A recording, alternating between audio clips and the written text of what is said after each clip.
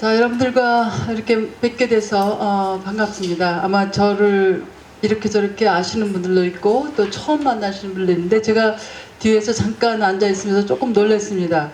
연령대가 아마 이 주제 때문에 다 이렇게 그냥 소위 젊은 분들, 생물학적으로 젊은 분들이 오시겠다 했는데 굉장히 다양한 연령대 오셔서 굉장히 반갑고 또 여러분들하고 네 번에 걸쳐서 서로 좋은 시간 갖게 되길 바랍니다. 제가 그 메타포를 많이 쓰는 거가 이제 데이트 한다는 거예요. 데이트 한다는 거.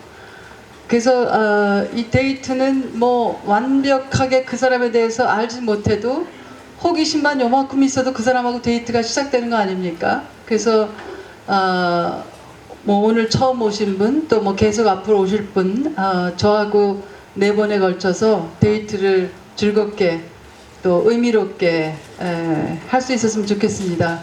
데이트의 가장 중요한 구성 요소는 뭐라고 생각하세요?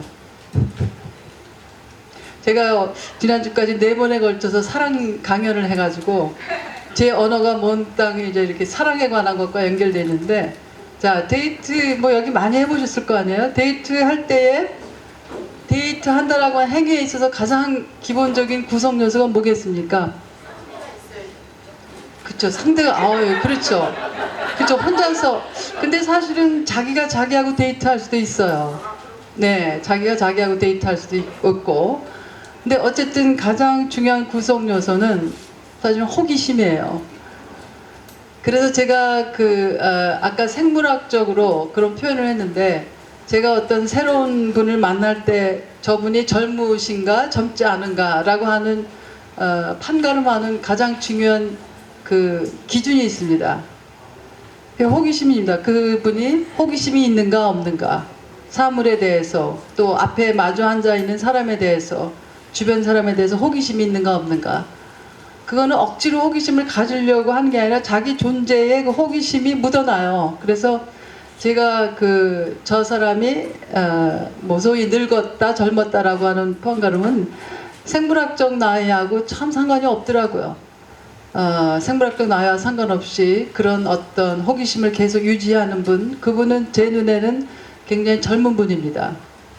요즘은 생물학적 나이하고 상관없이 참 나이 드는 사람들이 많아요. 아무 거에도 호기심이 없습니다. 그냥 주어진 것만 그저 이렇게 하지. 그래서 제가 이제 양쪽 나라를 늘 왔다 갔다 하면서 지내면은 질문이 없어요. 한국에 오면은 만나는 분들이 질문이 없습니다. 학생들도 그렇고. 그게 우리가 이제 뭐 자라온 교육 과정이라든지 여러 가지 문화적 배경 때문에 본질적으로 질문을 못하는 민족이 아니라 그냥 저도 그렇게 자라왔고 질문하는 것보다는 안 하는 게 낫다. 그래서 호기심을 작동시키기보다는 그냥 외부에서 주어지는 거 받으면 그냥 그게 가장 안전하기 때문에 질문도 하지 않고 호기심을 작동시키지 않는 문화에서 우리가 교육을 받고 자라왔습니다. 그래서 저는 여러분들에게 가장 중요한 것은 어떻게 젊음을 회복하는가, 우리의 존재론적 젊음을 회복하는가. 그거는 사물에 대해서 또 사람에 대해서 호기심을 끊임없이 갖는 연습을 하는 겁니다. 호기심이 자동적으로 오지 않아요. 그래서 저는 학생들에게 가장 중요한 것은 좋은 질문을 배우는 것. 호기심이라고 하는 것을 드러내는 것은 질문을 하는 거예요. 그죠? 제가 처음 뵀는데 아무 소리 안 하고 가만히 있으면 어떻게 됩니까? 이 만남에 대해서 아무런 책임감도 없고 또 아무런 어떤 관심 없다라고 하는 것은 무책임한 거예요. 이 관계에서. 그래서 어떤 질문을 통해서 그 사람이 가지고 있는 다양한 결들이 드러나는가. 저는 어찌어찌 하다 보니까 이제 인터뷰를 많이 하게 되는데, 좋은 인터뷰는 제 속에 있는 어떤 것들을 나도 상상하지 못하는 어떤 것들을 끄집어내는 거거든요. 그런데 그런 좋은 질문을 받는 경우가 참 드물어요. 그래서 한동안은 인터뷰를 많이 하다가 요새는 가능하면은 인터뷰 안 하는 거로 이제 합니다. 너무나 틀에 박힌 그냥 상투적인 질문에 상투적인 답을 할 수밖에 없는. 그래서 저는 이 페미니즘 뿐만 아니라 다양한 주제에 우리가 어떻게 호기심을 작동시키면서 호기심 갖는 연습도 하면서 연습하는 것은 좋은 질문하는 것을 배우는 것. 그래서 우리 네 번의 데이트가 여러분들이 저 개인에 대한 호기심도 작동시키고 또 우리가 나눌 다양한 그 논의들에 대한 호기심도 작동시키면서 서로 이 젊음을 회복하는 시간이 됐으면 좋겠습니다. 자, 여러분들이 페미니즘 하면은 어떤 단어가 생각나세요? 페미니즘. 자, 얘기해 보세요. 그냥. 여성. 페미니즘 하면 여성 생각난다. 또. 네? 불평등. 그 다음에 젠더. 센 언니. 또. 남성. 해방. 희생. 또 억압. 네. 페미니스트 하면 어떤 생각하십니까? 센 여자. 저 센 여자처럼 보입니까? 만나면은 부드러운 사람이에요. 따뜻한 사람이에요. 제가 가끔 그런 얘기를 합니다. 사실 누군가 페미니스트다 뭐다 저는 그런 레이블들을 거부해요. 자, 그거는 특정한 정황 속에서 나는 페미니스트다 이런 것을 쓸 수 있지만은 그 특정한 정황에 벗어난 정황에서 마치 그 일반적 개념으로 그냥 나는 페미니스트다 그런 얘기 하지 않습니다. 왜냐하면은 제가 관심하는 게 페미니즘만이 아니거든요. 그래서 한국만 오면은 이제 강남순 그러면은 페미니스트다, 여성 신학자다. 제가 인터뷰할 때도 여성 신학자라고 하는 표현 쓰지 말라고 합니다. 기자들에게. 그는 저를 드러내는 게 아니거든요. 그래서 제가 있는 학교에서는 그런 레이블이 저한테 붙지 않아요. 제가 가르치는 과목도 굉장히 다양하고 물론 페미니즘이 그 중에 하나지만 제가 많이 가르치는 과목들이 그렇게 페미니즘이라고 하는 젠더 문제만 가르칠 수가 없어요. 제 관심이 이 살아가는 거가 복합적인 문제들이기 때문에 그래서 이 페미니즘이라고 하는 것은 다양한 우리 그 삶의 복합적인 문제들을 다루는 하나의 중요한 주제이고 그 주제는 다른 주제들과 연결되어 있다라고 하는 생각을 하시면서 자, 지금 말씀하신 것 여성, 젠더, 억압, 또 센 여자 그렇죠. 세지 않으면 또 할 수가 없죠. 그런 것들을 생각하시면서 제가 이제 아마 제가 여러분들하고 나누게 될 페미니즘 이야기는 어떤 다른 페미니스트들은 별로 동의하지 않을 이야기일 수도 있습니다. 왜냐하면 페미니즘 안에 다양한 입장들이 있어요. 만약 아마 크게 보자면은 조금 이제 나중에 나올 수 있는 얘기기도 하지만은 제가 왔다 갔다 해도 되나요? 여기 비디오 찍고 계시는 분이 계셔서 그 페미니즘의 다양한 줄기를 나누는 여러 가지 기준들이 있는데 그 중에 하나는 여성과 남성의 생물학적 차이를 어떻게 볼 것인가. 지금은 이제 이 논의가 초기에 굉장히 중요한 주제였는데 지금은 자, 젠더라고 하는 개념이 등장하면서 여성과 남성이라는 두 성만 얘기할 수가 없어요. 자, 인터섹스라고 하는 개념도 있죠. 들어보셨는지 모르겠지만 간성, 인터섹스, 생물학적으로 남자의 생물학적인 구성 요소만 아니라 소위 남자, 소위 여자 이게 동시적으로 한 몸에 있는 사람들이 태어나요. 자기가 그렇게 태어나고 싶은 게 아니라 그거를 이제 간성이라고 합니다. 인터섹스. 우리나라는 그것을 법적으로 주민등록증에 보면은 이제 2로 시작된 건 여자, 1로 시작된 건 남자 이렇게만 돼 있지만 이것도 이제 문제죠. 왜 남자를 1이고 여자를 2로 해놨을까? 그래서 남자가 1이고 여자가 2예요. 그 참 굉장히 특이한 매우 그 남성 중심적인 이제 그 분류 방식이죠. 그래서 초등학교에서도 지금은 이제 그걸 바꾸는 학교들이 있다 그러는데 여전히 이제 남자 아이들이 먼저 그 출석부에서 먼저 나오고 여자 아이들이 이제 뒤로 나온다 그럽니다. 그래서 이제 그런 우리가 사소하게 지나치는 것들 속에 그 사회가 가지고 있는 소위 젠더 관점이 들어가요. 그러니까 주민등록증 번호에서도 남자를 1로 설정하고 여자를 2로 해놓은 것도 사실은 남자가 훨씬 중요하다라고 하는 이 남성 중심적 사유 방식입니다. 제가 어린이들을 위한 이제 페미니즘에서 그런 얘기도 썼지만 우리 지금 쓰는 용어들 남녀 그죠? 부부 할 때도 한자가 남편 먼저 또 부인 나중에 그러니까 남녀라든지 자녀도 마찬가지예요. 아들 자자고 딸 여자가 있습니다. 그래서 언제나 남자 아들이 먼저 앞에 나오는 언어들을 쓰고 있어요. 저는 이제 그 언어를 세 나라 말을 어떻게 하다 보니까 떠돌이 생활을 하면서 세 나라 말에 어떻게 이렇게 하게 됐었는데, 그래서 언어에 대해서 관심이 굉장히 많습니다. 그리고 그 언어라고 하는 것은 우리가 생각하는 것보다 훨씬 더 심각한 이 가치관을 확산시키는 구조예요.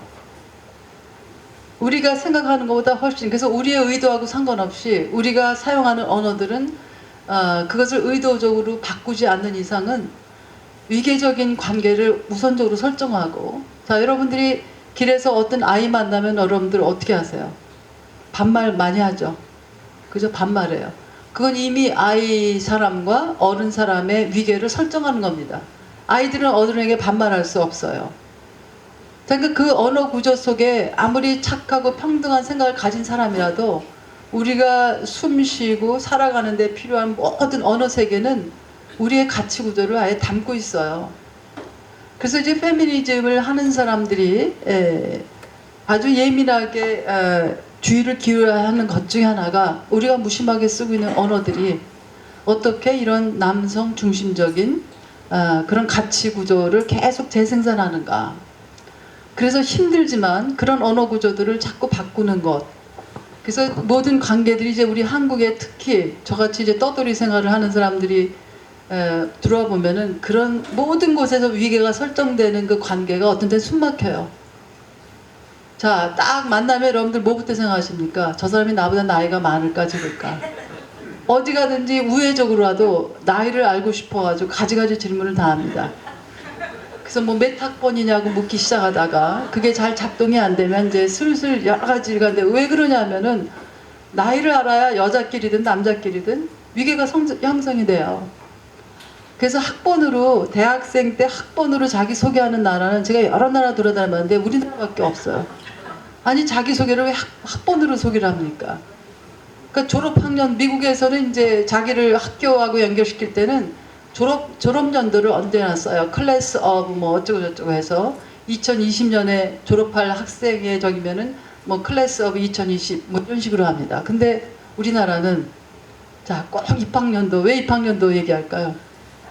내가 너랑 나이가 학년이 같아도 나 군대 중간에 군대 3년 갔다 오고 2년 갔다 와서 맘먹으려고 하지 마. 그래서 위계를 딱 설정시키는 거예요. 그 학번으로. 그래서 제가 그 학번으로 자기소개하는 거를 없애려고 제가 가르치는 클래스에서만은 그런 걸 이제 여러 번 시도했는데, 그 제 클래스에서만 그러고 나오면 또 금방 그거예요. 아, 몇 학번이세요? 그러다 학번이 조금이라도 저기 하면 이제 선배님, 후배님 하면서 특히 이제 그런 위계 구조를 설정합니다. 선배, 후배.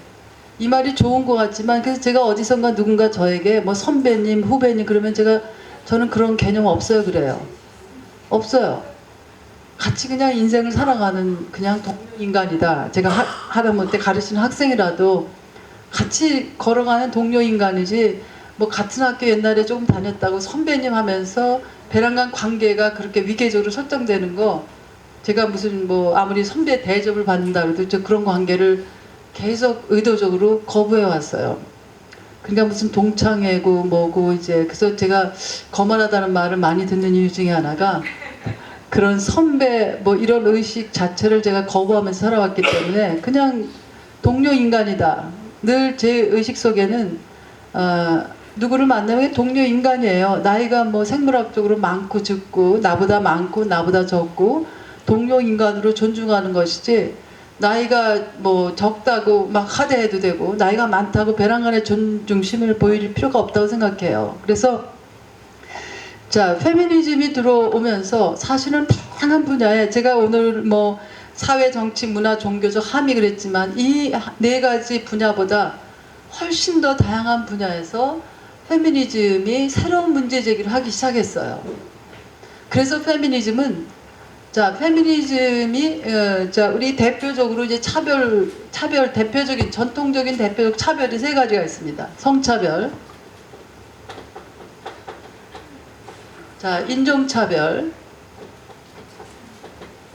그 다음에 계층차별이 있어요. 이게 전통적으로 지금은 이제 이 차별의 리스트가 굉장히 많이 늘어났습니다. 자, 외모 차별주의, 영어의 루키즘이라고 하는 단어, 아직 사전에 나와 있는지는 모르겠지만은 루키즘이 이제 외모 차별주의예요. 이거 계층 차별은 이제 클래스 할 때 클래시즘, 또 인종 차별은 레이시즘. 자, 성차별은 뭐예요? 예, 섹시즘입니다. 자, 그런데 요즘은 이제 외모 차별. 그래서 이 외모 차별하면 이제 루키즘, 또 나이 차별, 에이지즘. 자, 이건 생물학적 나이 차별입니다. 에이지즘. 그 다음에 장애 차별, 에이블리즘. 이 리스트가 점점점 늘어납니다. 이 리스트가 늘어나는 이유가 뭘까요? 이런 차별이 새롭게 등장해서 그럴까요? 이런 차별과 이 인권의식이 점점 확장되어 있기 때문에 그래요. 그러니까 이런 차별이 옛날에는 없다가 새롭게 21세기에 대해서 생겨난 것이 아니라 옛날에는 이것을 인식조차 하지 못했어요. 그래서 이런 차별이나 인권에 대한 언어가 잘 발달된 사회는 그만큼 그것에 대한 의식이 발달되어 있습니다. 그래서 지금은 여기 한국은 아직은 안 그런데요. 또 독일 같은 경우도 아직도 그렇게 모든 것에 예민하게, 제가 독일 학회가 지난번에 가서 굉장히 놀랐는데, 미국 같은 경우는 이런 지금 다양하게 등장하는, 그래서 이제 그 섹슈얼리티 문제는 그 헤테로섹시즘이라는 말도 있고 또 호모포비즘이라는 말도 등장하고, 그런 다양한 차별에 대해서 관심하면서 발제도 해야 되고 가르치기도 하고 그래야 돼요. 자, 그런데 이제 이 섹시즘은 이런 차별들과 동일한 구조에서 출발을 하지만 저런 차별들과는 다른 면이 있습니다. 자, 여러분들 예를 들어서 그 인종이 같으시잖아요. 그죠? 그러면은 둘 사이에서 인종차별이 가능한가요? 그러니까 가정에서 인종차별은 불가능해요. 그죠? 우리 저기 선생님도 부부가 인종차별 서로 뭐 집안에 존재하겠어요? 존재하지 않죠. 밖에 나가면, 공적인 영역에 나가면, 지금 미국에서 오셨다는데 공적인 영역에 나가면은 인종차별을 경험해요. 인종이 다른 사회에서. 자, 계층차별도 똑같이 같은 집안에서 소위 사적 영역에서는 계층차별 하잖아요. 왜냐면 뭐 가난해도 똑같이 가난한데 뭐 서로 네가 가난하다 내가 가난하다 계층차별 할 수가 없어요.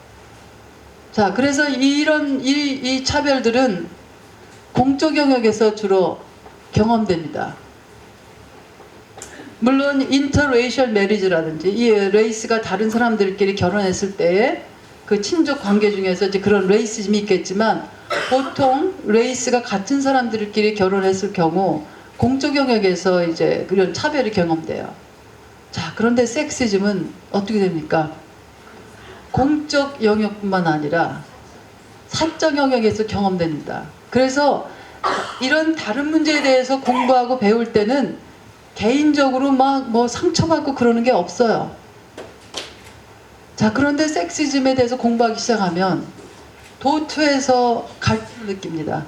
자기가 가장 친밀하다고 생각됐던 부부관계, 연인관계, 뭐 여친 남친 관계에서부터 시작해서 친족관계 모든 곳에서 차별을 경험해요. 그래서 이제 이 섹시즘은 침실에서부터 백악관까지 경험되는 게 섹시즘이다, 그런 얘기를 합니다. 그러니까 가장 정말 사적인 공간인 침실에서부터 세계의 모든 권력이 집중되어 있다라고 하는 백악관까지 섹시즘은 존재한다라는 겁니다. 그러니까는 섹시즘이 나타나는 양상이나 섹시즘에서 다뤄야 될 주제들이 그냥 단순하게 알 수 있는 게 아니에요. 제가 이제 강연을 하다 보면 뭐 여러분들 아실지 모르겠지만 제가 다양한 주제로 강연을 하거든요. 뭐 포스트 모더니즘, 뭐 자크 데리다, 또 뭐 포스트 콜로니얼리즘 이런 거 가지고 강연하는데, 그런 거 할 때는 학생들이든 뭐 있는 사람들이 전화 모르는 주제다 이렇게 생각하고 와요. 그러니까는 어떤 인식론적 경호성을 가지고 와서 있어요. 나는 저거 모르는 거다. 그런데 페미니즘 얘기할 때는 학생들도 그렇고 다 안다고 생각해요. 그래서 저는 제 학교에서도 페미니즘 가르칠 때도 가장 중요한 거가 내가 모르는 게 얼마나 많은가. 그리고 페미니즘이나 섹시즘이 우리가 생각하는 것보다 얼마나 깊숙하게 복합적으로 펼쳐져 있는가. 그래서 페미니즘을 뭐 포스트 모더니즘, 포스트 콜로니얼리즘 이제 이 새로운 하나의 담론이라고 하는 것들 중에서 페미니즘은 건드리지 않는 분야가 없어요. 그래서 가장 복잡합니다. 가장 복잡해요. 페미니즘이 들어가지 않는 영역이 없어요. 예를 들어서 뭐 제약회사, 제약. 자, 포스트 모더니즘이 무슨 제약 문제 가지고 다루는 학자들은 제가 아직 못 봤는데, 페미니즘은 스포츠면 스포츠. 제약자, 이 약을 만드는 데 있어서도 모든 중요한 병에 대한 리서치를 누구를 대상으로 하냐면 백인 남성을 중심으로 대상합니다. 그래서 여기 우리 한국 사람 같이 아시아 남성이라든지 혹은 모든 많은 여성들이 자기가 예를 들어서 제약회사에서 나오는 그 약의 도우즈를 맞지 않는데 그거 따라서 먹게 돼요. 그래서 저 같은 사람은 약을 먹을 때 거기 써있어 먹는 거라고 하는 것보다 늘 적게 먹어요. 늘 적게 먹었습니다. 제가 아버지가 뭐 돌아가셨지만 의사셨는데 약에 대한 불신이 굉장히 심해요. 제가 약이나 병원에 대해서. 그래서 아파도 가능하면 병원에서 주는 약 가능하면 안 먹고 뭐 견딜 수 있으면. 왜냐하면 그것들이 우리의 몸을 어떻게 이득을 확대하는 거라고 연결돼 있어요. 그래서 옛날 같으면은 정상인 혈압도, 옛날 같으면 정상인 혈압 수치도 지금은 다 비정상으로 되어 있습니다. 이거는 뭐 제가 꾸며낸 얘기 아니라 이게 연구 데이터들이 있어요. 옛날이면 이게 높은 게 뭐 130대도 괜찮은 건데 요즘은 이제 130만 돼도 고혈압이라서 약을 계속 먹어야 됩니다. 그리고 그 도우즈도 복용해야 되는 것도 늘 필요 이상으로 복용해야 되고, 그게 우리가 무심히 생각하는 어떤 절대적인 사실이라고 하는 것이 그렇게 다양한 이 자본주의적 구조하고 결탁이 돼 있고, 그런 연구 데이터 그런 것들도 특히 이제 남자 여자 문제만 보자면은 많은 경우 백인 남성을 중심으로 해서 그런 것들이 연구되고 그것이 중요한 문제를 받아들여지기 때문에 모든 것이 이제 소위 의심의 해석학을 작동시켜야 돼요. 아무것도 절대적으로 당연한 게 없습니다. 과학도 그렇고 또 모든 분야, 자 예술, 음악, 문화, 철학, 뭐 종교는 말할 것도 없고 정치, 경제, 이 모든 삶의 분야에 이 젠더 문제가 어떻게 노골적으로 혹은 은밀하게 작동되는가. 자, SNS도 마찬가지죠. 필름도 그렇죠. 그래서 제가 페미니즘에 관련된 다양한 주제 책을 이렇게 보면은 아직도 해야 될 숙제가 너무 많구나. 모르는 게 너무 많구나. 그런 생각을 합니다. 자, 그러니까 우리가 지금 이 페미니즘에 대한 첫 번 우리 자리에서 우리가 생각해야 될 거는, 페미니즘 뭐 우리가 상식적으로 알 수 있다라고 하는 그 생각 자체에 여러분들이 그냥 그거를 딱 내려놓으셔야 됩니다. 그거에 이렇게 뭐라 그래, 이렇게 지우는 거 이렇게 지우세요. 페미니즘이야말로 가장 복합적으로 우리가 공부해야 될, 지속적으로 공부해야 되는 것이 상식적으로 결코 알 수 없습니다. 결코 알 수가 없어요. 무궁무진하게 우리의 삶의 복합성만큼 페미니즘 모든 영역에서 다뤄지고 있는 겁니다. 자, 그런데 이제 제가 이제 두 가지 입장 말씀드리려고 했는데, 아마 많은 경우 페미니즘의 다양한 종류를 나누는 이제 기준들이 있는데, 자 예를 들어서 여성의 도대체 억압이 어떻게 시작되는가, 그 기원이 뭔가, 그런 질문 가지고, 그리고 그 여성의 억압이 시작된 기원과 그것을 극복하는 방식이 뭐가 있어야 되는가. 자, 이런 기준 가지고는 뭐 자유주의 페미니즘, 막스주의 페미니즘, 사회주의 페미니즘, 급진주의 페미니즘 이렇게 나눌 수 있습니다. 자, 우리가 뭐 4번 동안에 이런 걸 다 얘기할 수 있을지는 모르겠어요. 나중에 제가 지금 한길사에서 나올 책이 있는데 그때 책을 한번 보세요. 거기 조금 더 자세하게 되어 있으니까. 근데 제가 오늘 여러분들에게 이제 말씀드리고 싶은 페미니즘의 종류는 남성과 여성의 생물학적 차이를 어떻게 볼 것인가, 그 측면에서 페미니스트가 둘로 나눠집니다.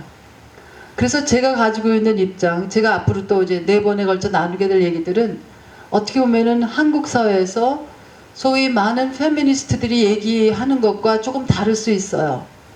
자, 여성과 남성의 생물학적 차이를 어떻게 볼 것인가? 자, 여러분들은 어떻게 생각하세요? 자, 공식적으로 뭐 남성이신가요? 그죠? 예. 저도 공식적으로 이제 여자입니다. 주민등록이 2로 시작돼요. 자, 생물학적 차이 때문에 이제 그렇게 우리가 태어날 때에 지정된 성에 따라서 이냐 이냐 그렇게 이제 적어도 우리나라는 지금 그렇게 돼 있지 않습니까? 그 독일이라든지 지금 많은 나라들이 간성을 법적으로 인정하고 있는데 우리나라는 언제 그게 될지 제가 글쎄 저와 여러분들이 살아있는 동안은 안 될 것 같아요. 요즘 돌아가는 걸 보면은 간성은커녕 아무 얘기도 못할 정도의 지금 상황인데 어쨌든 간에 그 소위 선진국이라고 하는 나라들은 이미 그런 그 간성을 인정하고 있고 또 어떤 나라들은 자기가 아무 성에도 속하고 싶지 않다. 그럼 그것도 인정해요. 자, 우리나라는 언제 그런 상태가 될지 모르겠습니다. 그렇지만 그런 것이 존재하고 있다는 것만 기억하시면 좋겠어요. 자, 생물학적 차이 여러분들 제가 질문을 할 때는 금방 답 안 하셔도 돼요. 제가 질문을 하는 건 제가 어디서나 얘기를 하지만 질문은 여러분들에게 생각하도록 하는 초대장이에요. 그러니까 제가 질문을 이제 많이 하는 편인데 그래서 제 과목에는 이상하게 외국 학생들이 안 들어와요. 정말 저만 외국 사람이에요. 제 학교에 보면은 하다못해 한국 학생들도 안 들어옵니다. 뭐 제 학교가 그 백인들이 많은 학교고 한국 학생들이 이제 많지 않은 학교인데 정말 소위 영어가 제2 외국어인 사람은 교수 한 사람밖에 없어요. 다 그냥 근데 제가 우리 학생들에게 너희들이 영어 나한테 배워야 된다. 왜냐면 모르는 개념들을 많이 가르치니까요. 근데 왜 안 들어오냐면 어떤 학생이 그러더라고요. 매번 써서 내는 숙제 많죠? 그 다음에 써내고서 끝나는 게 아니라 제가 2분 스피치에서 돌아가면서 꼭 말을 해야 돼요. 말을 해야 된다. 복잡한 말을 해야 돼요. 그래서 지도자가 되려면 아니면 인간이 된다라고 하는 것은 두 가지 통로를 통해서 자기를 표현할 수 있어야 된다. 그게 뭐겠어요? 말하기와 글쓰기예요. 그러니까 말하기, 글쓰기를 그러니까 어떤 이제 많은 과목들이 그냥 써서 내면은 그냥 되는 과목들이 많거든요. 뭐 말 계속 하는 애들은 언제나 말하고 미국도 그래요. 또 이 내성적인 학생들은 너무 적극적인 애들이 많으니까 거기 눌려가지고 아무 소리 못하고서 그냥 지나가는 경우가 있는데 제가 그걸 보면서 이 말하는 기회들을 민주적으로 해야 되겠다. 공평하게 분배해야 되겠다. 생각한 게 2분 스피치입니다. 그래서 모든 과목에 강의 요목을 보면 거기에 2분 스피치가 있어요. 그게 저의 유명한 과제 중에 하나입니다. 2분 스피치 하면은 이제 언제나 학기 초에 한 학기 동안 이 시간 타이머 할 사람 이제 자원해서 요즘 다 스마트폰이 있으니까 1분 50초 시간을 재개해서 그래서 이제 돌아가면서 내가 오늘 오늘 주제와 관련된 독서 그거에서 나는 뭐를 느꼈다. 그래서 서론 본론 결론을 훈련하는 거예요. 처음에 한 몇 주는 엉망진창 처음 서론 시작했는데 벌써 삑삑 소리가 나죠. 그런데 시간 지나다 보면은 아무리 내성적인 소극적인 학생도 이제 얼마나 능숙하게 잘하는지 몰라요. 그래서 언제나 연습하는 것이 굉장히 중요하다라고 하는 걸 이제 하는데 자, 그 말하기에서 보면은 페미니즘에 대해서 말할 때 학생들이 이 태도가 페미니즘은 그냥 다 알 수 있는 것이다. 그렇게 생각을 해요. 자, 그래서 이제 이렇게 생물학적 차이를 우리가 어떻게 볼 것인가? 여러분들이 보면은 자, 한쪽의 페미니스트들은 남자와 여자의 생물학적 차이는 그야말로 결정적이다.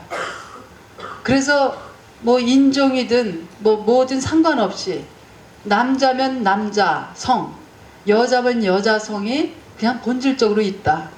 그래서 그것이 생물학적 본질주의 입장을 가지고 있는 페미니스트들이 있어요. 자, 그 페미니스트들 이름을 여성 중심주의적 페미니즘이라고 합니다. 여성 중심주의적.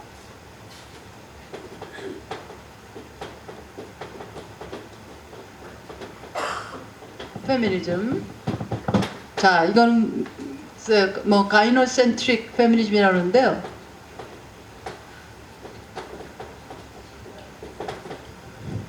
자, 이 입장은 소위 생물학적 본질주의를 받아들인 입장입니다. 자, 그건 뭐냐면은 아무리 뭐 남성이 여기 지금 두 분이 같이 오셨는데 이 생물학적 본질주의를 받아들이는 여성 중심주의적 페미니즘에 따르면은 남자는 아무리 노력해도 결코 페미니스트가 될 수 없어요. 왜? 생물학적으로 아예 다르기 때문에. 그래서 남자가 페미니스트라고 하면은 그거는 플라스틱 페미니즘이다. 그러니까 멀리서 보면 진짜 같지만 가까이서 보면은 가뿐한 진짜 그릇이 아닌 플라스틱 페미니즘.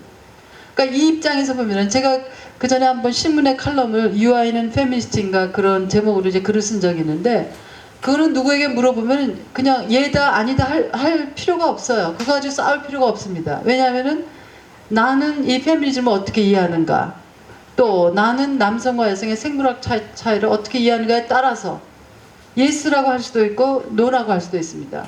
그러니까 제가 그 칼럼을 쓰게 된 거가 신문이나 SNS에서 이제 논의되는 거 보면은 그냥 뭐 완전히 서로 진흙탕 싸움만 할 뿐이지, 자, 이러이러한 입장을 가지고 있다면은 예스라고 할 수 있다라고 하는 것을 보질 못하더라고요. 자, 여기 여성 중심적 페미니즘은 소위 생물학적 본질주의를 받아들입니다. 본질주의. 반면 자, 생물학적 차이라고 하는 것. 자, 여러분들이 여기 제가 데이터를 뭐 어떻게 할 수 없죠. 남성분들이 훨씬 좀 많은 것 같으네요. 제가 잘못 세고 있는지. 자, 여기 남성분들이 남성이라고 하는 것 때문에 다 똑같습니까? 또 여성들 쫙 한쪽으로 모아놓으면 다 똑같습니까? 안 그래요. 그래서 어떤 분은 남자와 남자끼리의 차이가 어떤 때는 여자와 남자의 차이보다 여러 가지에서 더 많은 경우가 있습니다. 저는 대학 다니면서 그런 걸 많이 느꼈는데 제가 여학생들하고는 뭐 이렇게 가까이 지낸 사람이 없어요. 왜냐하면 이렇게 대화가 잘 안 돼요. 제 관심이 뭐 어디 뭐 미팅 가고 어디 뭐 가서 뭐 옷 사러 가고 그런 거 그 당시는 이제 관심이 없었는데 남학생하고 얘기하면은 뭐 인생의 의미가 뭐냐, 뭐 제가 관심하던 그런 거에 해서 제가 대학 다닐 때 친하던 여학생이 별로 없었어요. 뭐 여학생도 별로 없는 데서 있었지만은, 그래서 그런 그 뭐 여자이기 때문에 다 여자끼리 더 친하고 더 가깝다, 이거는 아주 기본적인 생물학적 기능이나 이런 것 차이를 넘어서기만 하면은 여성과 남성의 본질적인 차이라고 하는 것은 아무런 구체적인 사회, 정치, 경제, 구체적인 사회적 영역에서 그것이 결정적인 요소가 되지 않는다라고 하는 입장입니다. 그러니까 생물학적 차이 자체를 부정하는 게 아니라 그 생물학적 차이가 다양한 분야에서의 차별이나 차이를 정당화할 만큼의 결정적인 요소가 아니라고 보는 거예요. 다만 우리가 뭐 모색하려고 하는 것은 인간이라고 하는 것. 그래서 휴먼후드, 뭐 여성성, 남성성 이게 아니라 그냥 인간성. 그래서 이 페미니즘의 입장은 휴머니스트 페미니즘입니다. 저는 이런 입장에 서 있어요.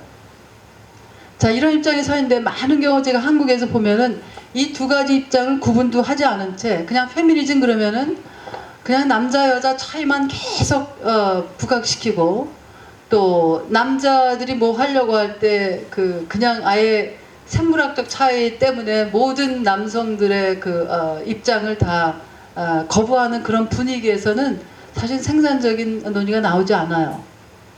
자, 이 두 가지 입장에서 보면은 페미니즘이라고 하는 것이 무엇인가에 대한 이해가 달라져요. 자, 페미니즘은 그래서 제가 제 입장에서 가지고 있는 페미니즘은 뭐냐면, 페미니즘은 우리가 이제 페미니즘 뭔가 많이 나올 텐데, 페미니즘은 무슨 기본적인 출발은 본질에 관한 것이 아니에요. 페미니즘은 에센스, 본질에 관한 것이 아니라 입장입니다. 포지션이에요. 그래서 페미니즘은 제가 무심히 영어가 나왔는데요. 본질에 관한 것이 아니라, 자, 본질은 에센스예요. 본질이 뭡니까? 언제나 변하지 않는 어떤 것이 있다고 믿는 거거든요. 본질. 페미니즘 본질에 관한 것이 아니에요. 뭐 여자는 여자로서 변하지 않는 어떤 것이 있다. 특히 이제 이 여성 중심적 페미니즘은 여성이야말로 덜 이기적이고 평화를 사랑하고 언제나 보살피는 존재고, 그래서 여성이 중심이 되는 세계가 될 때 그게 바로 평화로운 세계다. 자, 이것은 반은 맞는 것 같지만 반은 틀려요. 그리고 굉장히 위험합니다. 왜요? 여성이 권력을 가졌을 때, 여성이 겉으로 전쟁을 일으키지 않고 폭력을 행사하지 않은 것은 여성이 본질적으로 더 평화로운 게 아니라 여성이 그런 권력을 행사한 자리에 있어 보지 않았기 때문이에요. 여러분들이 아시겠지만 우리 뭐 얼마 전 우리 그 권력을 가진 여성 대통령이, 이 생물학적 여성이라는 것 자체가 그렇게 평화스럽고 다른 사람을 보살피고 덜 이기적이라고 하는 것을 보상하는 그런 지표가 되지 않는다는 거예요. 그건 뭐 역사에서도 무수하게 나타납니다. 자, 그래서 페미니즘은 그런 여성 남자 뭐 본질에 관한 것이 아니라 입장입니다. 이 포지션, 입장. 어떤 입장이냐? 성차별이라고 하는 것은 넘어서야 되는 문제다. 가부장제라고 하는 것은 여성만이 아니라 남성의 인간성도 파괴한다. 그러니까 가부장제, 남성 중심적 가부장제가 표면적으로 보면 남성에게 다양한 권력을 부여해줬어요. 그래서 우선적인 피해자가 여성이에요. 그런데 자, 이 남성과 여성이 함께 살아가는 세계에서 한쪽이 억눌리고 한쪽이 피해자성을 가지고 있을 때 이 한쪽이 가만히 온전하게 자기 인간됨을 지켜내는 것은 불가능해요. 그래서 우리가 다음 시간에 이 페미니즘과 남성과의 이제 관계에 대해서 얘기를 하겠지만은, 그래서 우리가 너무 소모적인 논의를 많이 해요. 남자가 페미니스트가 될 수 있는가 없는가. 이거는, 이런 질문 자체는 아무것도 우리에게 줄 수 있는 질문이 아닙니다. 여성은 페미니스트가 될 수 있는가 없는가? 이것도 참 문제적이에요. 여성이라고 해서 당연하게 페미니스트가 되는 보장이 있는 건 아닙니다. 페미니스트라고 하는 것은 끊임없이 이 형성 중에 있어요. 제가 공부 끝나고 이제 한국에 와서 그때 이제 내가 한국 사회를 뭔가 바꾸리라. 머릿속에 막 이렇게 이제 공부 막 끝나고 왔을 때가 머릿속에 굉장히 많은 것 같아요. 그래서 이거 가지고 뭔가 한국 사회를 바꿀 수 있으리라. 와서 몇 년을 지내면서 참 많은 시간 좌절감을 경험했습니다. 좌절감을 경험했어요. 그리고 내가 알고 이해하는 그 이론대로 올바른 그 관계를 설정하고 그런다라고 하는 것이 거의 불가능하다라고 하는 그런 좌절감. 그러니까 내가 만약 페미니스트고 그 이론대로 살려고 하면은 내 사적인 영역은 물론이고 공적인 영역에서 내가 그렇게 하면 안 되는 거예요. 그러니까 무수한 좌절감이 도대체 이게 불가능하구나. 아무리 뭐 전국을 다니면서 강연을 몇 년을 해도 바뀐 건 하나도 없구나. 내가 도대체 뭐 하고 있는 것인가. 그러니까 나는 뭐 방정식 그런 거 가르치고 싶은데 늘 다니는 곳마다 덧셈 뺄셈만 가르치는 그런 느낌. 그리고서도 돌아보면 그런 얘기 처음 듣는다고 하시는 분들. 그러면서 아무것도 바뀌지, 사회도 이 교회도 그 어느 것도 바뀌지 않는 그 느낌이 들을 때, 자, 이 페미니스트가 된다라고 하는 것은 아마 여기 뭐 교회 관련되신 분은 나는 크리스찬이다, 그런 개념에 따라서 예스이기도 하고 노이기도 해요. 끊임없이 되어가는 형성 중에 있다라고 하는 개념을 가질 때 이 삶이라고 하는 것이 무수한 좋은 의미의 타협을 해야 됩니다. 그 영어에는 이 한국말 타협 그러면 이제 부정적인 의미가 개입됐는데 영어에 compromise하고 negotiation하고 개념이 달라요. 그러면 한국말로 하면은 되게 뭐 그냥 타협 뭐 그렇게 될 텐데, compromise는 자기의 원리라든지 자기 가진 가치관을 희생하는 거지만, negotiation은 그것을 지켜내면서 현실이 가지고 있는 다양한 한계들 속에서 자기가 가지고 있는 원리를 어떻게 하면은 어떤 것은 조금 뒤로 물러나기도 하고 어떤 것은 추진하기도 하는 겁니다. 그래서 이 삶이라고 하는 것이 인간 자체가 그렇게 불완전한 존재라고 하는 거, 그것을 보면은 나는 페미니스트다라고 하는 것을 누구도 자신 있게 100% 할 수가 없어요. 왜냐하면 이미 이 불평등한 세계 속에서 자기 혼자 이론적으로 안다고 나는 페미니스트다라고 하는 정체성을 절대화시킬 수 있는 사람은 누구도 없습니다. 자, 그래서 이런 두 가지 입장을 생각하시면서 여러분들이 이 중에서 둘 중에서 하나를 택하라고 하는 게 초점이 아니에요. 이 두 가지 입장들이 있구나. 그리고 이 두 가지 입장들이 어떤 공헌을 하는가, 또는 어떤 한계를 가지고 있는가, 그걸 생각하시면서 이 페미니즘에 대한 어떤 문을 이제 조금씩 열면 좋겠습니다. 자, 페미니즘이 등장하면서 이 여성들에 대한 다양한 책들이 있었습니다. 여성은 어떤 존재다. 자, 그런데 그 여성에 관한 것들이 많은 경우 누가 썼냐면은 남성들이 썼어요. 남성들이 여성에 대해서 썼습니다. 그래서 그것을 조금 이제 복잡한 말로 하면 그게 발화의 주체가 늘 남성들이었어요. 그래서 스피킹, 왜 말한다라고 하는 걸 이제 스피킹이라고 하잖아요. 스피킹 서브젝트가 남성들이었어요. 그래서 여성은 뭐냐면 늘 말에 지는 존재. 여자는 저런 사람들이야. 그래서 그것을 발화의 주체, 발화라고 하는 말이 우리 일상 용어에서는 잘 쓰지는 않는 용어죠. 제가 이제 한국말로 이제 뭐 스피킹 서브젝트를 한국말로 어떻게들 하나 그러고서 막 인터넷을 찾아보니까 그게 이제 발화의 주체 그렇게 많이들 번역했는데 저한테도 좀 생소한 언어예요. 발화의 주체라는 게. 근데 왜냐하면 우리 일상 생활에서 그렇게 많이 쓰는 것 같지는 않고 학자들은 이제 발화의 주체. 그래서 이게 이제 스피킹 서브젝트라고 하는 건데 한 사회에서 어떤 변혁 운동이 일어나면 늘 주변부에 있던 사람들이 자기 스스로 발화의 주체가 되는 것부터 시작을 합니다. 자, 흑인들 같은 경우도 늘 흑인들도 백인들에 의해서 말해지는 주체였어요. 흑인들은 이런 존재다, 저런 존재다. 그래서 그 열등성이 늘 정당화되는 그런 발화의 객체라죠. 스포큰 오브젝트.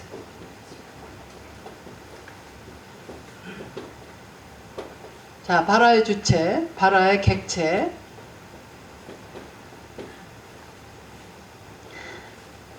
인류의 문명사 속에서 끊임없이 발화의 객체로만 있었던 여성들이 우리가 오늘은 이제 뭐 젠더 문제를 다루기 때문에 흑인들이라든지 뭐 성소수자라든지 우리가 다양한 주변 부인들에 대해서 이제 말을 하지 않지만 여러분들이 이런 젠더 문제 할 때 그런 주변부에 있는 사람들을 같이 넣으시면 됩니다.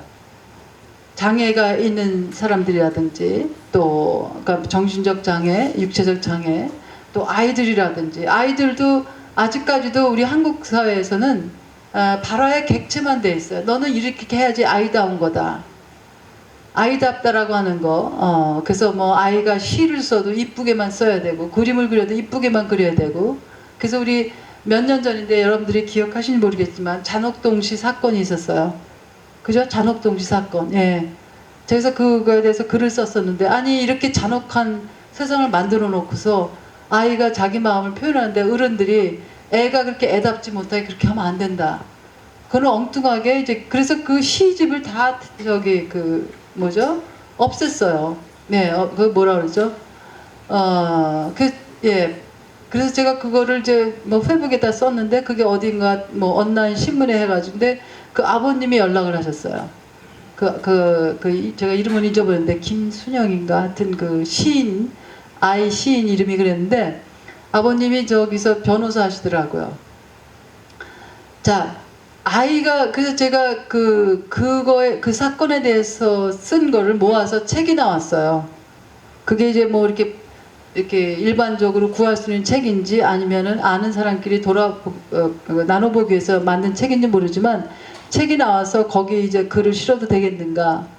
그리고 이제 저하고 그 아이를 만나게 해주고 싶다고 그러셔서 제가 그 아이가 나를 만나고 싶다고 하느냐 하여튼 그건 아니래요. 그래서 내가 그러면 그것도 부모 권력을 이용해서 아이에게 그 아이가 나를 뭐 왜 만나고 싶겠어요.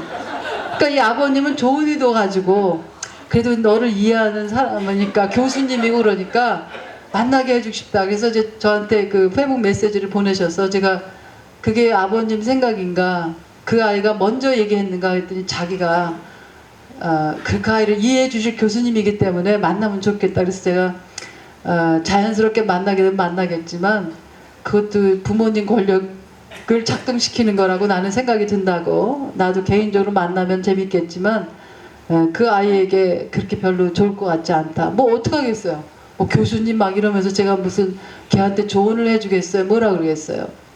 자, 그런 구조 속에서 사실은 이 다양한 의미의 객체로만 존재하는, 우리 한국에서는 아이들, 뭐 성소수자들, 또 장애인들, 가난한 사람들, 이런 사람들은 발화의 객체로만 존재해요. 스스로 자기가 나는 이렇게 생각한다 할 수 없습니다.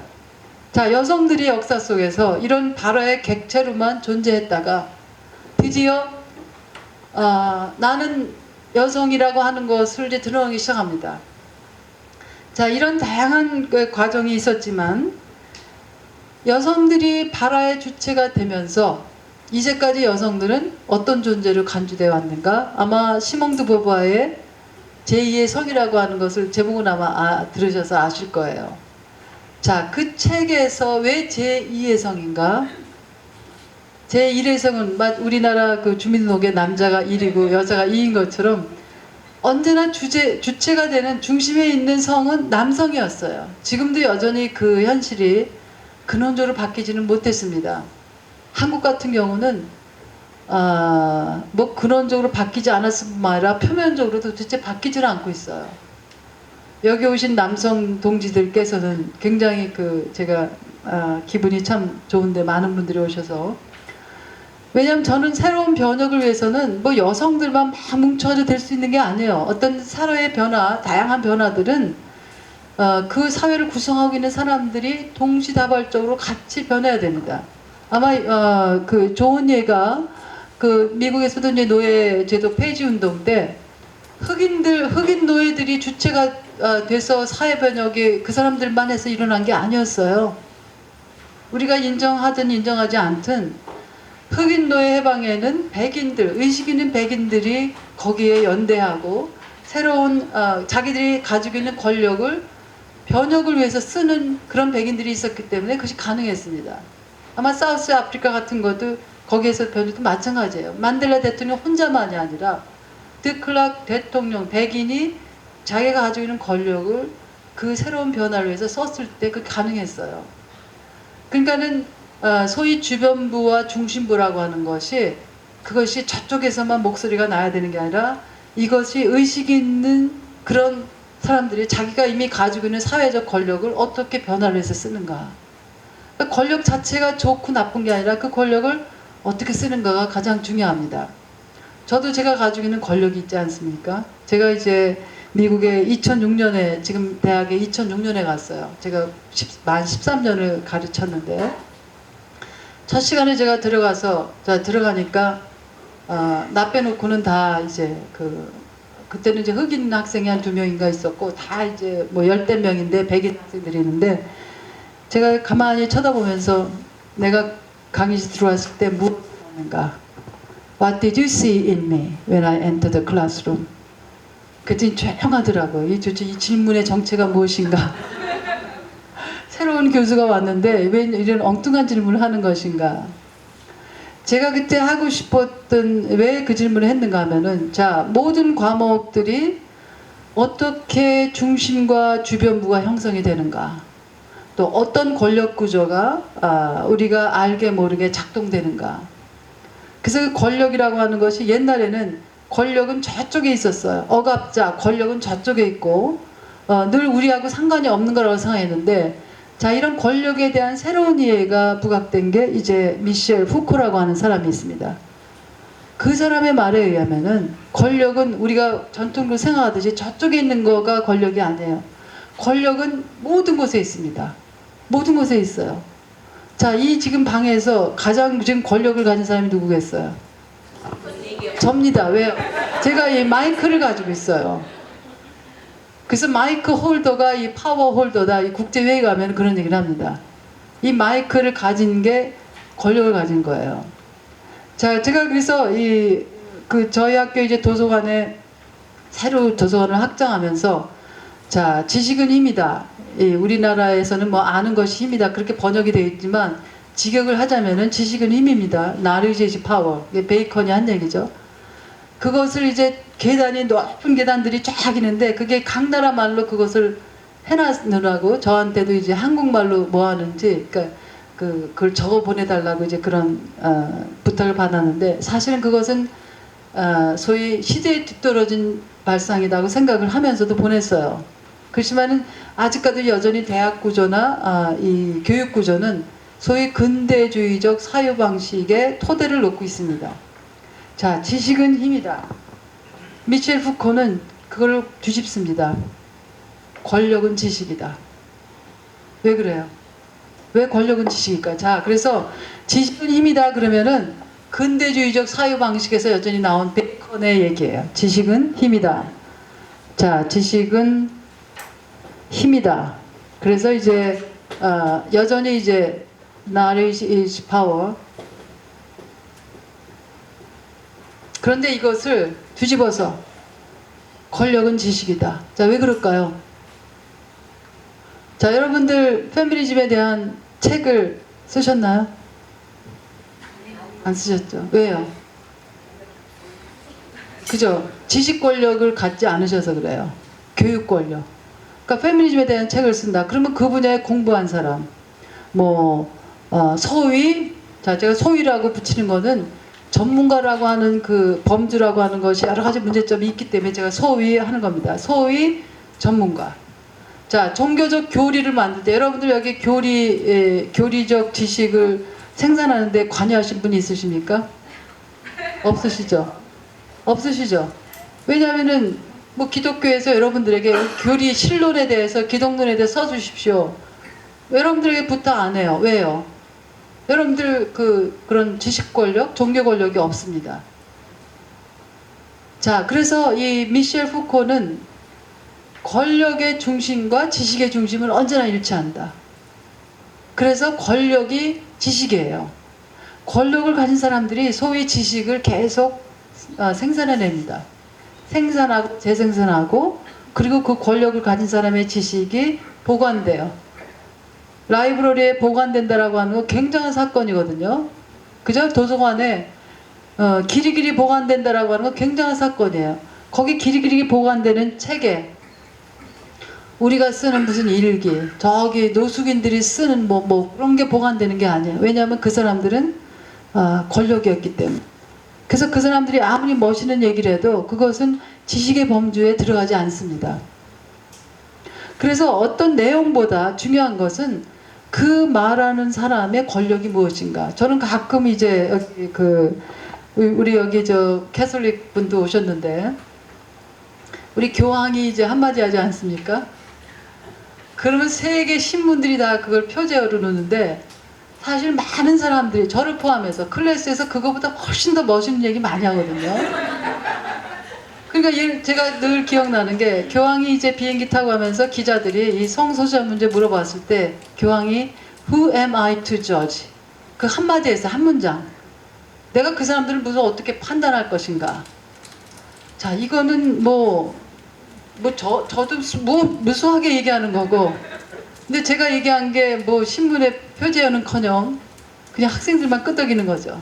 교황이 한마디 했다고 해서 그게 영어 신문, 각가지 신문에 다 나옵니다. 왜 그러겠어요? 그 교황이라고 하는 권력 자체가 그 지식을 절대적 지식으로 만들어주는 거예요. 그러니까 그 내용만 보지 마시고 이것은 누가 이 얘기를 하는가. 똑같은 얘기지만 누가 이 얘기를 하는가. 또 이 이야기는, 이 지식은 누구의 이득에 기여하는가. 자, 우리나라 속담들 많이 있죠. 자, 그것도 어떤 거는 저자 불명인 속담들이 많이 있는데, 자, 암탉이 울면 집안이 망한다. 이거는 어떤 사람이 이 지식을 생산해냈을까? 그리고 이 지식이 확산될 때에 누구의 이득에 기여하는가? 또 어떠한 관점에서 이 지식이 만들어졌는가? 그래서 늘 누가 했는가? 또 누구의 이득에 기여하는가? 또 어떤 관점에서 그 지식이 만들어졌는가?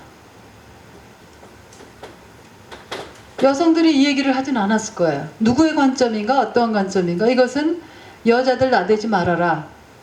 이러는 소위 가부장제적 관점을 가진 사람이 암탉이 울면 집안이 망해. 그래서 이제 뭐 벌써 오래전이지만 이제 암탉이 울면 알을 낳는다. 이렇게 이제 전환시키는 이제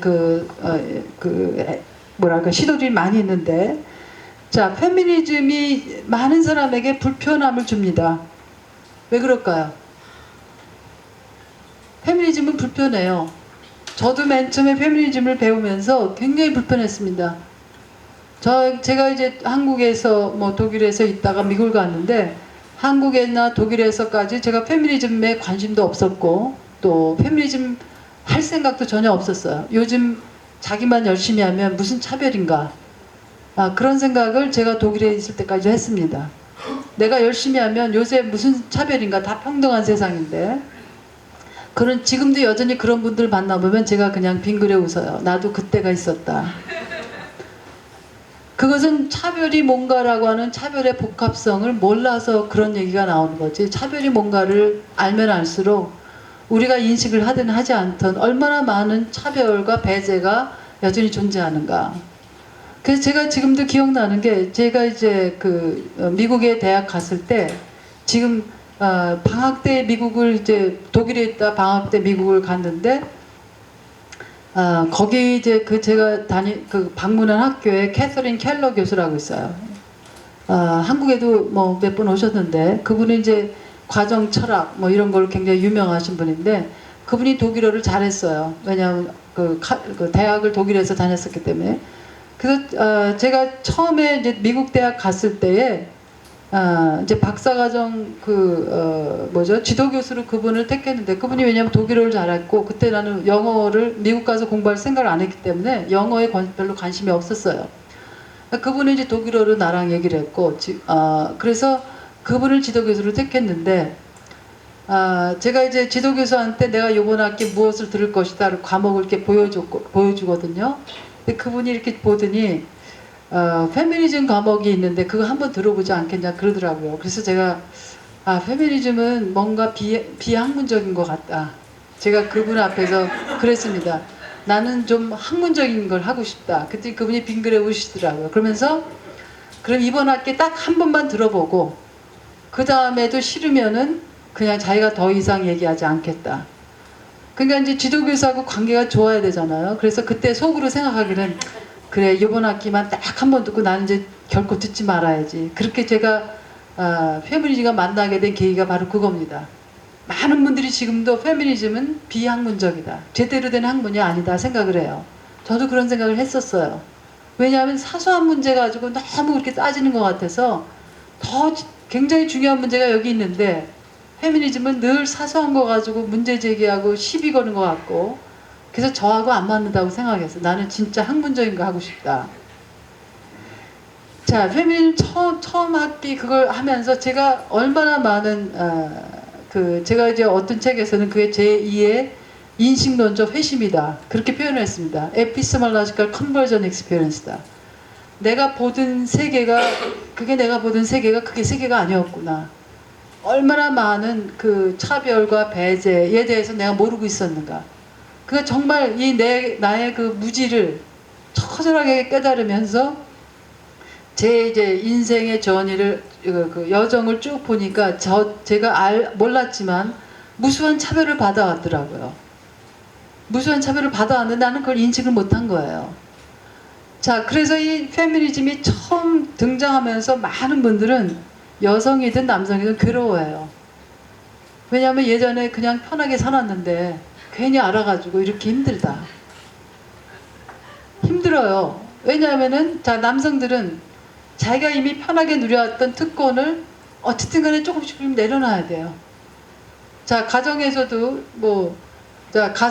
소위 가사노동, 옛날에는 그냥 부인이 해주던 거 당연하게 이렇게 했는데, 이런 거 조금씩 배우면은 그냥 가만히 앉아있는 게 이제는 불편해지기 시작하고, 뭔가 해야 되는데 익숙하지는 않고, 또 음식 하려고 그래도 못한다 그러고, 불편해지고, 여성들은 이제까지 당연하게 했던 일이 이건 불공평한 일이다. 왜 나만 이렇게 해야 되는가? 왜 명절에 나만 이렇게 고생을 해야 되고 전 부쳐야 되는가?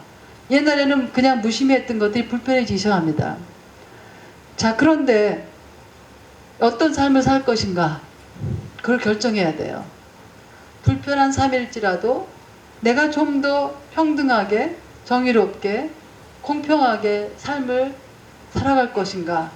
아니면 그런 거 딱 문 닫고서 될 대로 되라, 나만 그냥 편하면 된다, 그렇게 살 것인가? 그건 여러분들에게 달려 있습니다.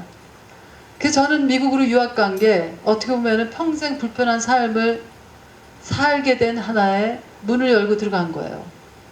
그런데 문제는 한번 알게 되면 결코 뒤로 돌아갈 수가 없습니다.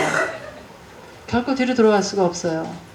그래서 미국 학생들 그 미국 말로 그런 얘기를 합니다. You can never be the same.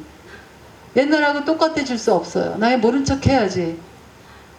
그러니까 무지라고 하는 게, 모르고 있다라고 하는 게 편한 게 많죠. 왜냐하면 다양한 문제들 그냥 딱 커튼 가리고 있으면 되니까, 안 보면 되니까. 그렇지만 그거는 이제 칸트식으로 얘기하면은 자기 스스로 강요하는 미성숙의 삶을 살고자 결심하는 겁니다. 그래서 이 칸트가 계몽주의란 무엇인가라고 하는 이제 유명한 짧은 그 논문이 있는데, 거기 보면은 그런 표현을 써요. 자기 self-imposed immaturity니까 자기 강요된 미성숙성. 스스로 생각하기 포기하고, 또 다른 사람들이 그냥 하라는 대로 거기 그 타율적인 삶을 살아가고, 그래서 많은 사람들이 독재자에 대한 향수를 가지고 있어요. 우리나라도 지금 그렇지 않습니까? 그 독재자 대통령 그때가 그래도 좋았다.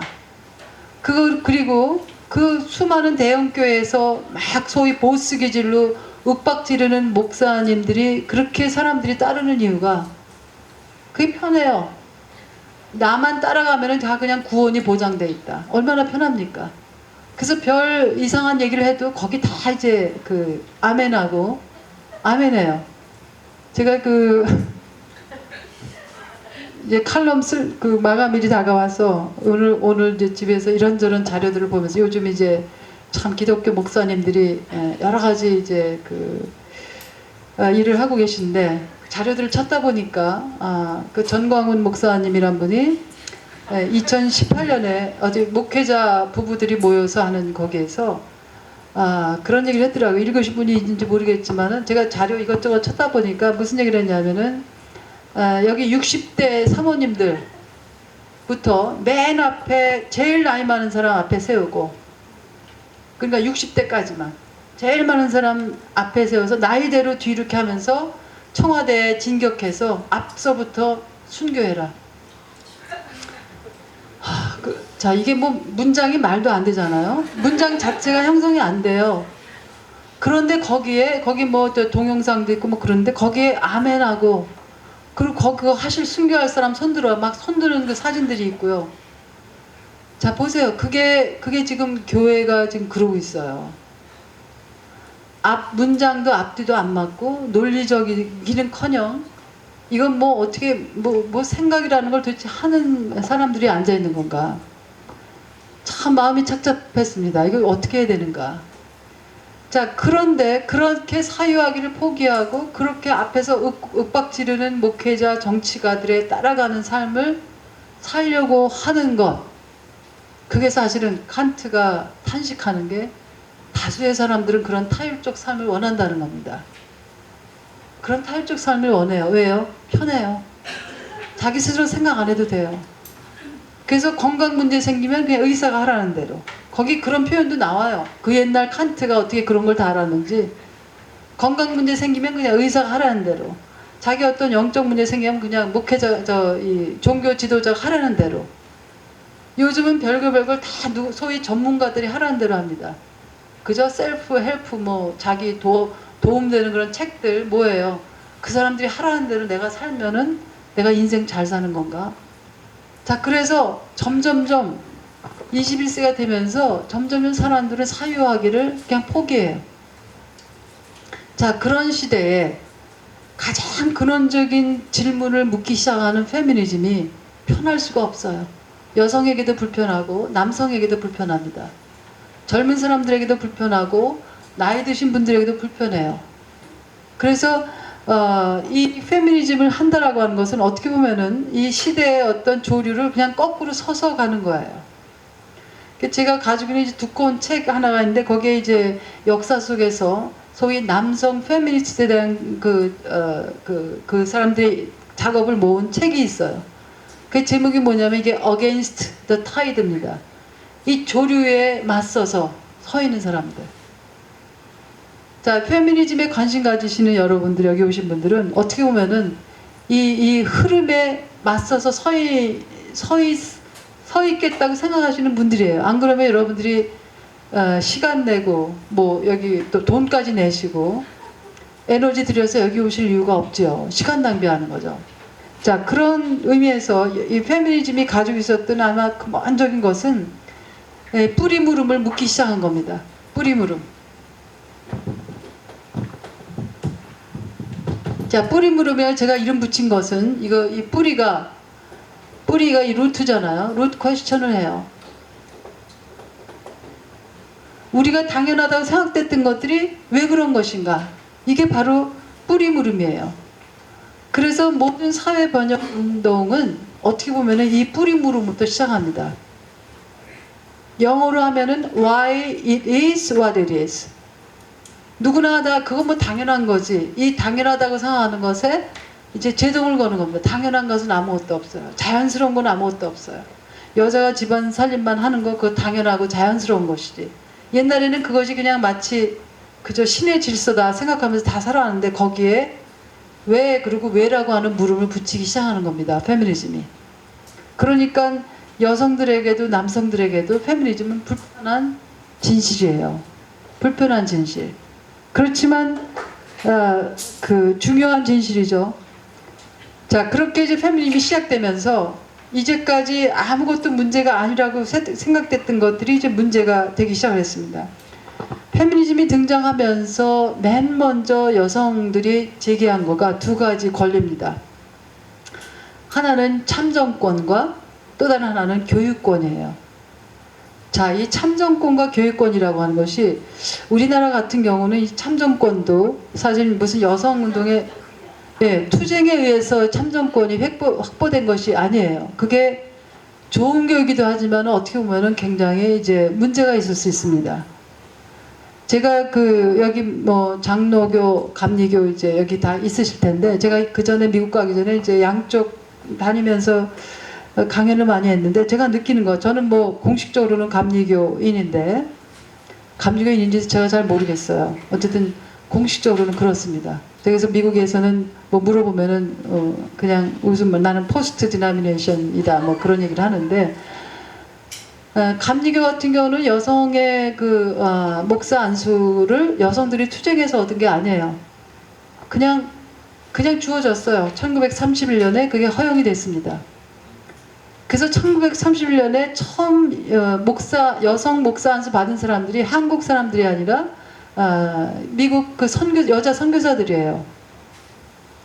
한국 여성이 처음 감리교에서 받은 것은 1955년이 돼서입니다. 두 사람이. 그러니까 그냥 안수권이라고 하는 게 그냥 주어졌어요. 자, 투쟁 없이 주어진 권리라고 하는 것이 그것이 편한 것이기도 하지만은 거기에서 어떤 소위 의식화 어떤 과정이 결여되어 있는 것을 의미해요. 자, 반면 예장에서는 예장도 하도 많은데 통합에서는 60몇 년이 63년인가 걸렸어요. 제가 연도를 정확하게 기억 못해. 아마 거의 63년인가 걸렸습니다. 네?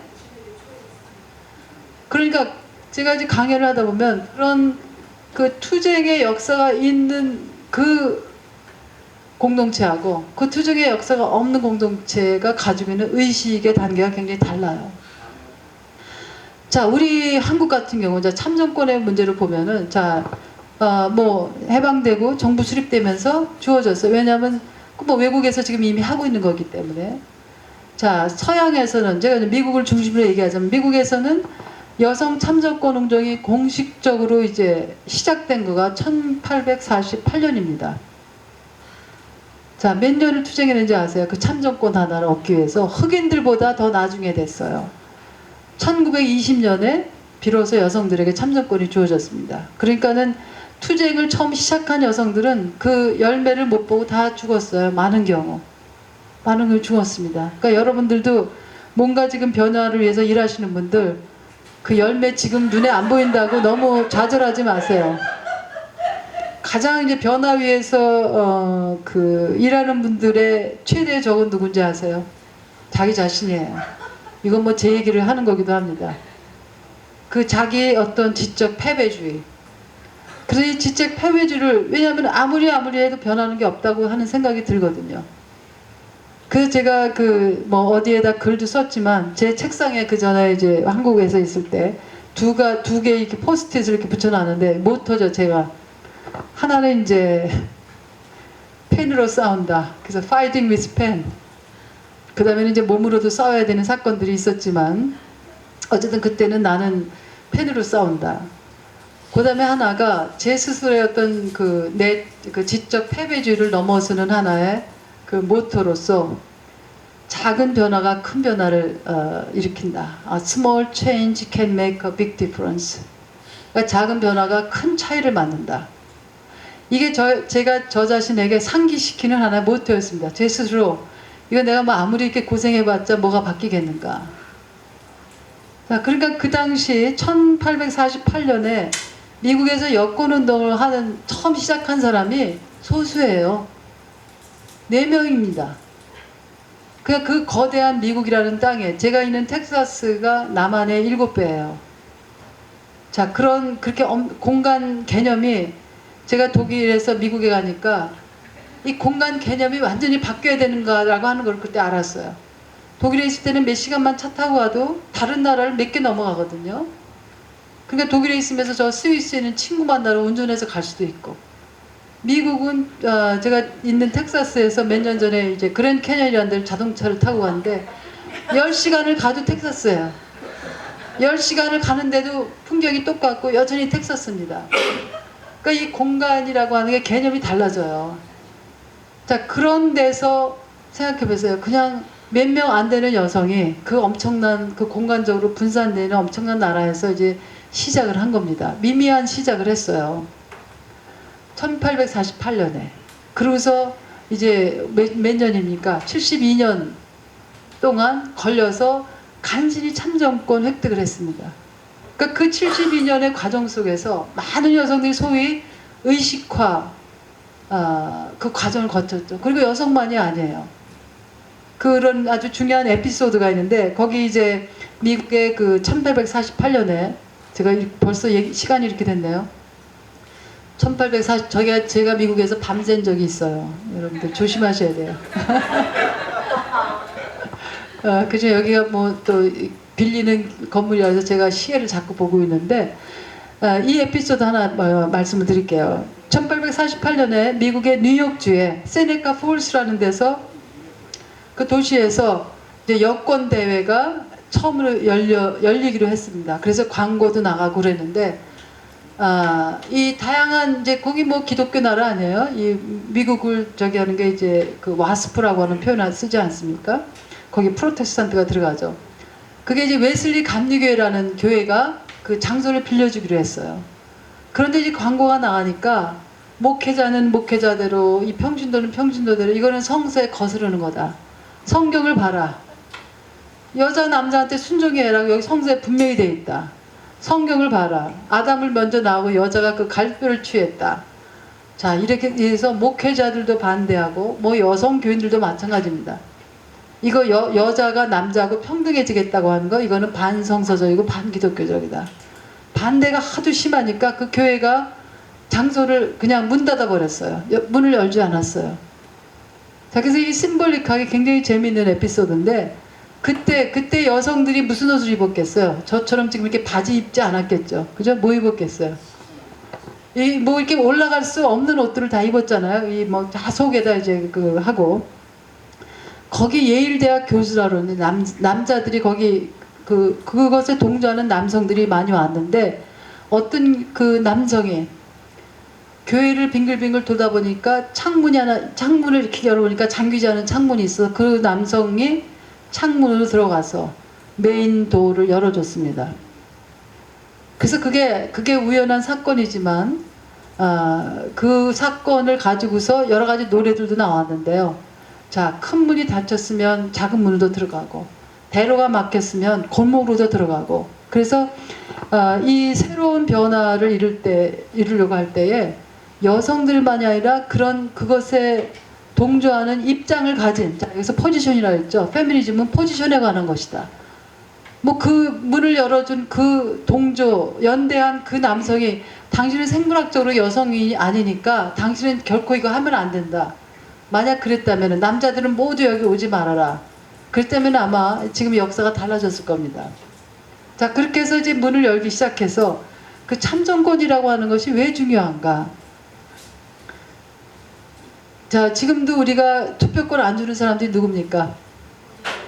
어린이들, 소위 미성년자들, 또 금치산 선고 받은, 정신적으로 독립적인 판단을 할 수 없다고 결정된 사람들이 참정권을 안 줘요. 그러니까 여성들이 참정권 운동에 먼저 개입했다라고 하는 건 뭐냐 하면은, 뭐 투표를 한다 안 한다 이 자체도 중요하지만 그것이 의미하는 여성을 존재론적으로 열등하다고 보는, 영원한 미성년자로 보는 그 인식에 도전을 한 겁니다. 그래서 참정권이 중요해요. 자, 그 다음에 뭐라 그랬죠? 무슨 권이라고 그랬어요? 교육권. 자, 교육권이라고 하는 것은 이 존 스튜어트 밀이라고 하는 이제 소위 자유주의 페미니즘의 중요한 인물인 남성 철학자가 있습니다. 그 사람은 여성들이 열등한 것처럼 보이는 것은 딱 한 가지 이유이다. 그 여성들이 남성들이 받는 것 같은 교육을 못 받았기 때문이다.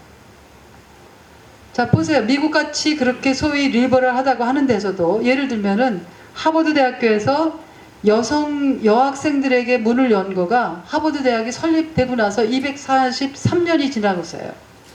하버드 대학이 1636년에 하버드 대학이 만들어졌는데 남자들만 받았어요. 당연하게. 그걸 당연하다고 생각했습니다.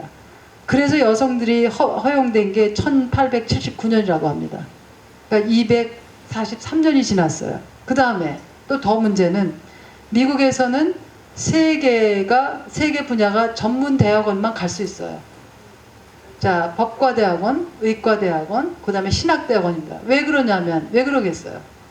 이거는 한국처럼 뭐 이렇게 학부에서 공부할 수 있는 게 아니야. 한국도 지금 많이 바뀌고 있지만, 이거는 공통점이 뭐냐면 인간의 생명을 다루는 분야예요. 그러니까 성숙한 사람들이 해야 돼요. 그래서 학부 공부를 마치고 전문대학원을 가야 됩니다. 저도 이제 신학대학원 전문대학원에서 가르치는데, 자, 그러니까 여성들에게 학부는 243년이 지난 다음에 여성에게 문을 열었는데, 이 전문대학원은 그거보다 훨씬 후입니다. 그 중에서 제일 늦게 허용된 게 뭐겠어요? 세계 전문대학 중에서 신학대학원이에요. 신학대학원이 제일 늦게 여성들에게 했습니다. 신학대학원은 1955년에, 의과대학원은 1945년. 그러니까 의과대학원이 먼저 열고, 그 다음에 법학대학원은 1950년. 그러니까 5년 인터벌로 해서, 그리고 신학대학원은 1955년입니다. 그러니까 자, 남성들에게는 아무 문제 없이 공부할 수 있는 그 교육권이 여성들에게는 319년이나 걸렸어요. 생각해보세요. 39년도 아니고 30년도 아니에요. 그러니까 그 무수한 세월 동안 여성들은 그런 전문 교육을 받는 데서부터 배제됐습니다. 자, 그래서 지금도 이제 표면적으로는 이런 것이 사라진 것 같지만, 구체적으로 다양한 데이터를 보면은 여러 가지 영역에서 여성들이 그런 기회가 박탈되고 있어요.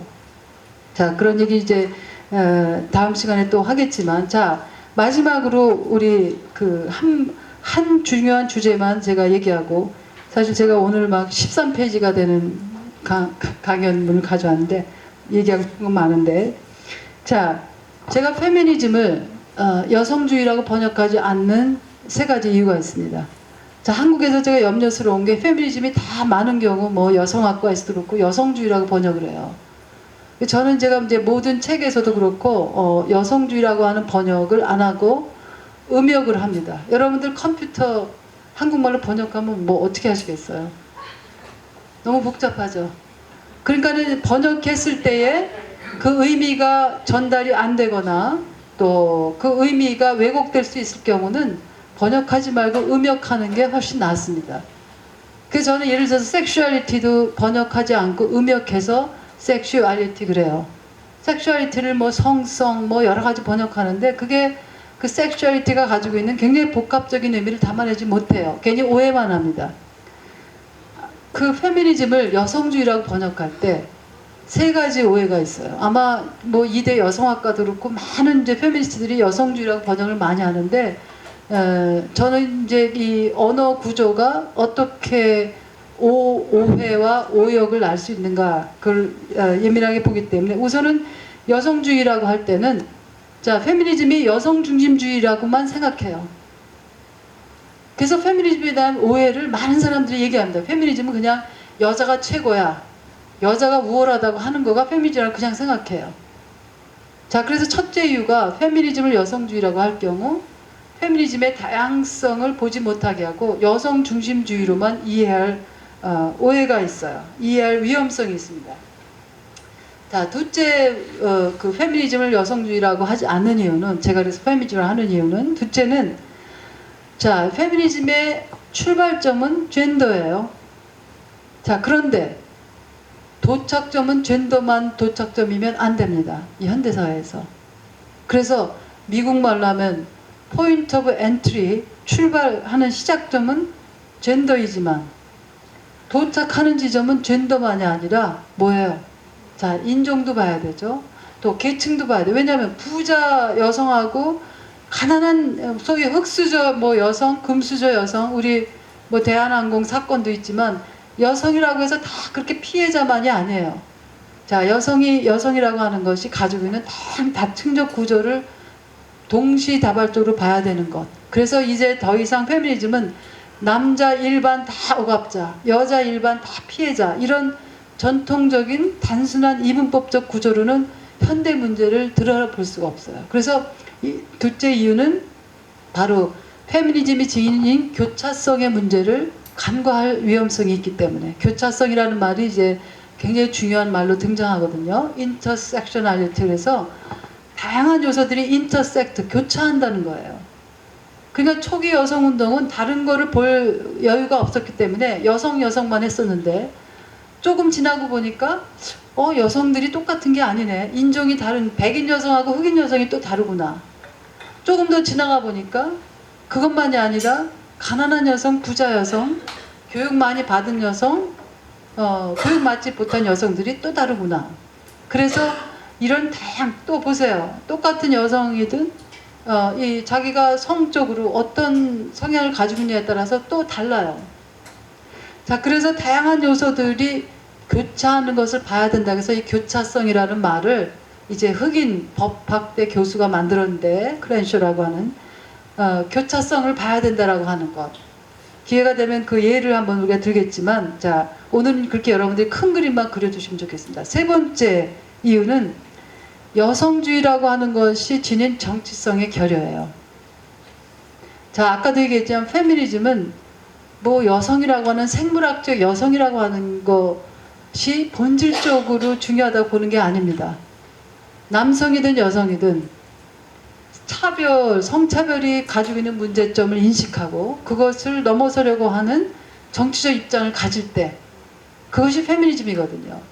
그래서 페미니즘이라고 하는 것은 그러한 그 정치적 입장이 담아내는 것인데 여성주의 할 때는 마치 여성주의와 남성주의를 대치점에 놓는 것 같이 그래서 이 정치성의 결여 그래서 생물학적 여성에만 집중적으로 생각하는 것이 페미니즘이라고 하는 오해를 알 수 있기 때문에 제가 이제 여성주의라는 말을 하지 않고 음역을 해서 페미니즘 그럽니다. 자, 제가 시계 보니까 벌써 이제 끝내야 될 시계인데 이렇게 하죠. 조금만 더 질문을 받아도 되죠? 여기 언제 문을 문 닫고 나가야 되는 시간이 있으시니까 어떻게 되세요? 네, 그럼 제가 지금 끝내고 질문 받아도 됩니까? 네. 자, 오늘만 오시고 다른 날 못 오시는 분 있으시죠? 그죠? 예, 뭐 스케줄이 저기 하니까 그분을 위해서 한 2분 스피치 제가 하겠습니다. 자, 제가 있는 대학에서는 주로 가르치는 게 그렇게 현대 담론들을 가르쳐요. 코스모폴리타니즘, 또 포스트 모더니즘, 포스트 콜로니얼리즘, 페미니즘, 또 작 데리다. 그게 이제 그 5가지 분야가 제가 주로 가르치는 분야인데, 제가 언제나 강조하는 것은 그 어떤 이론들도 그 이론들은 도구입니다. 도구예요. 자, 여러분들 도구 그 뭐라 그러죠? 그 툴박스 있죠? 그 도구 상자. 거기 망치도 있을 것이고 여러 가지 있을 텐데, 그 망치 가지고 여러분들이 무슨 일 하실 수 있어요? 사람에게 폭력적으로 사람을 죽일 수도 있어요. 또 그 망치 가지고 못을 받고 집을 지을 수도 있습니다.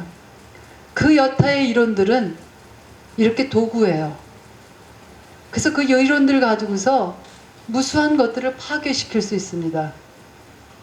너무나 많이 봐왔어요. 무수한 것을 파괴시킬 수 있는데, 이 도구를 가지고 나는 무엇을 할 것인가? 페미니즘이라고 하는 도구를 가지고 나는 무엇을 할 것인가? 자, 그것을 꼭 생각하시고, 그리고 이렇게 이론을 배우는 것은, 이건 뭐 제가 한 얘기는 아닌데, 저는 이걸 굉장히 중요하다고 생각합니다. 왜냐하면 이론과 운동을 이분법적으로 보는 분들이 참 많아요. 이론은 그냥 저 학자들이 그냥 대학 상아탑에서 하는 거, 우리는 운동한다. 자, 그런데 이 미셸 후코하고 이제 들루즈라고 하는 사람의 대담에서 보면은 이론은 운동이에요. 실천입니다. Theory is practice. 왜 그래요? 자, 저기 뭐 광화문에 가서 촛불 들고 그러는 것만 운동이고, 우리가 이렇게 배우는 거는 그냥 이론인가? 아니에요. 왜냐하면 이런 걸 배울 때 내가 무엇을 바꿔야 되는가? 어떻게 바꿔야 되는가? 무엇이 문제인가라고 하는 것을 알면서 그것으로부터 실천이 시작되는 겁니다. 내가 나 자신에 대한 관점이 바뀌어야 되고, 내가 타자를 보는 시선이 바뀌어야 그 변혁에 대한 욕구가 생겨요. 이 열정이 생깁니다. 그런 것을 보게 하는 게 이론이에요. 그래서 여기도, 지금 이 자리도 하나의 실천 운동의 장입니다. 그래서 오늘만 있으시다가 이제 다음에 못 오실 분들은 페미니즘이라고 하는 그런 이론이라고 하는 것, 그것이 바로 도구라고 하는 것. 그 페미니즘이 가지고 내가 무수한 인간됨을 파괴하는 데 쓸 수도 있고, 그것을 지켜나고 실천하는 데 쓸 수도 있고, 그 다음에 이런 이론들은 실천이고 운동이다. 그래서 흔히 우리가 빠지기 쉬운 반지성주의, 그것에 빠지지 않도록 이 운동과 이론의 이분법적 접근 방식을 넘어서는 여러분들이 됐으면 좋겠다 해서 제가 2분 스피치 한 3분쯤 된 것 같은데, 그죠? 자, 제 얘기는 여기서 마치고 이제 여러분들 질문을 받겠습니다.